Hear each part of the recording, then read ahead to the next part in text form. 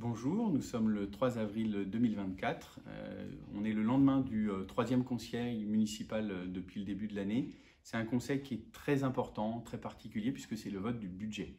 S'agissant du budget, c'est vraiment un acte significatif, parce que c'est vraiment l'acte politique aussi traduit dans les finances.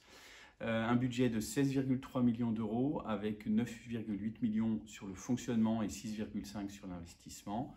Le fonctionnement, c'est les équipements avec tous les services qui vont avec, et puis l'investissement, c'est les routes, mais aussi les équipements publics. Et notamment, nous avons placé sur le plan pluriannuel d'investissement, sur l'autorisation de programme, la cuisine centrale, puisque c'était le débat du dernier conseil municipal. Un budget ambitieux en termes d'investissement et qui reste extrêmement bien géré. Nous ne modifions pas non plus le taux des impôts locaux, taxes foncières et bâtis et non bâtis. C'est vraiment un engagement de campagne que nous allons tenir jusqu'au bout. Les investissements, il y en a plusieurs, mais on a notamment celui de la voirie et des mobilités douces. Dans le programme de voirie des mobilités douces, nous avions été chercher des subventions auprès de l'État, auprès du conseil départemental, et cette fois-ci, nous avons présenté un programme sur plusieurs années de mobilité douce qui inclut toutes celles que l'on a déjà faites, mais aussi les futures, pour aller chercher des subventions européennes. On se pose régulièrement la question de savoir à quoi sert l'Europe. L'Europe, elle subventionne, elle accompagne les politiques publiques dans les pays et dans les collectivités.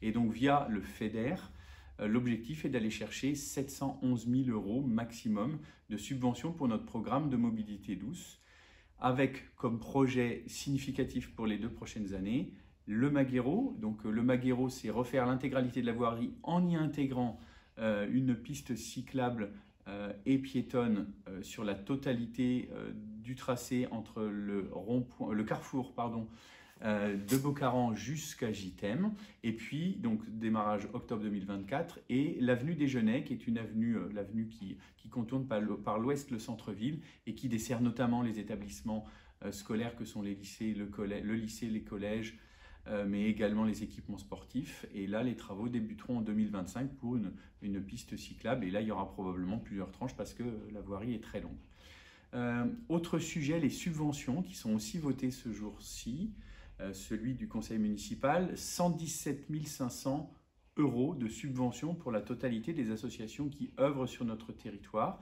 C'est une augmentation de 10% depuis 2020 si on regarde dans l'absolu, mais si on regarde de manière plus fine, on peut se rendre compte que, hormis les subventions exceptionnelles, hormis les subventions de soutien particulier, on est à 37% d'augmentation pour les associations classiques du territoire. Alors, c'est quoi la différence ? C'est le cinéma avec lequel on a un accord pour les accompagner dans leur plan de développement, mais c'est aussi Joséphine Eto qui était dans sa course pour les Jeux Olympiques, et surtout l'UDEC, puisque en 4 ans, depuis le début du mandat, nous aurons eu l'occasion de leur donner une subvention de 35 800 euros. Alors on avait fait un gros effort au moment du Covid, mais on a poursuivi cet effort, juste pour signaler qu'effectivement le commerce a tout un tas de difficultés dans le centre-ville, parce que c'est vrai dans toutes les communes de France. Pour les petits commerces de centre-ville, le sujet n'est pas simple, mais nous les accompagnons dans leurs activités, et je dois dire que ça n'avait plus été le cas depuis 2010 sur la commune, donc je pense qu'on peut s'en féliciter.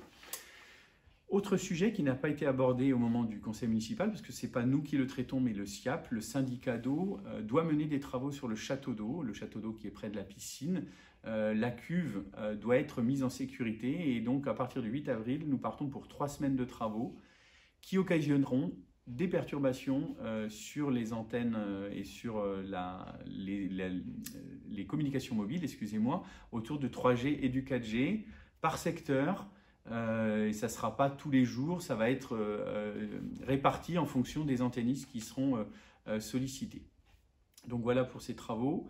S'agissant du calendrier, vous avez des événements qui sont derrière moi sur lesquels vous pouvez sans problème vous porter, mais sur le calendrier à très court terme, nous avons dès samedi prochain, le 6 avril, un rendez-vous avec les riverains de Pollet. Donc c'est un rendez-vous qui est fermé, puisque c'est vraiment les riverains à qui nous adressons. Il s'agit de travailler sur qu'est-ce que l'on fait en lieu et place du chêne qui est tombé au moment de la tempête Ciarán. Donc voilà, j'espère que les habitants auront des bonnes idées, et puis ça sera l'occasion d'un beau projet participatif avec eux, je l'espère. Autre date, le dimanche 7 avril, un concert intergénérationnel entre les habitants de notre résidence autonomie et l'école de musique qui se produiront dès 14 h l'après-midi et j'espère que vous serez nombreux à venir les voir se produire. Autre date, et là on est un peu plus institutionnel, le mardi 9 avril, nous aurons un travail avec le cabinet Aegis qui nous accompagne sur le plan de circulation et stationnement du centre-ville, donc un atelier en marchant dès 18h15, puis un atelier plus en salle dans la foulée. C'est vraiment important, les commerçants sont évidemment partie prenante de ce travail qui doit nous amener avec un plan d'action à l'été, je l'espère.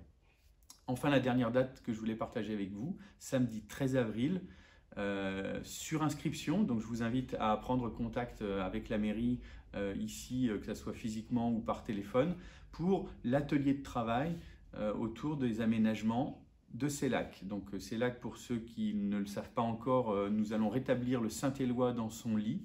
L'espace va se renaturer, mais on en profite aussi pour remettre des équipements autour de cette zone, ça peut être autour du loisir, autour du sportif, autour de la nature et de l'information, autour de l'éducation.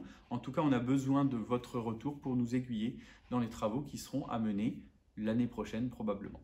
Voilà toutes les informations que je voulais vous donner. Je vous souhaite une bonne journée. À bientôt.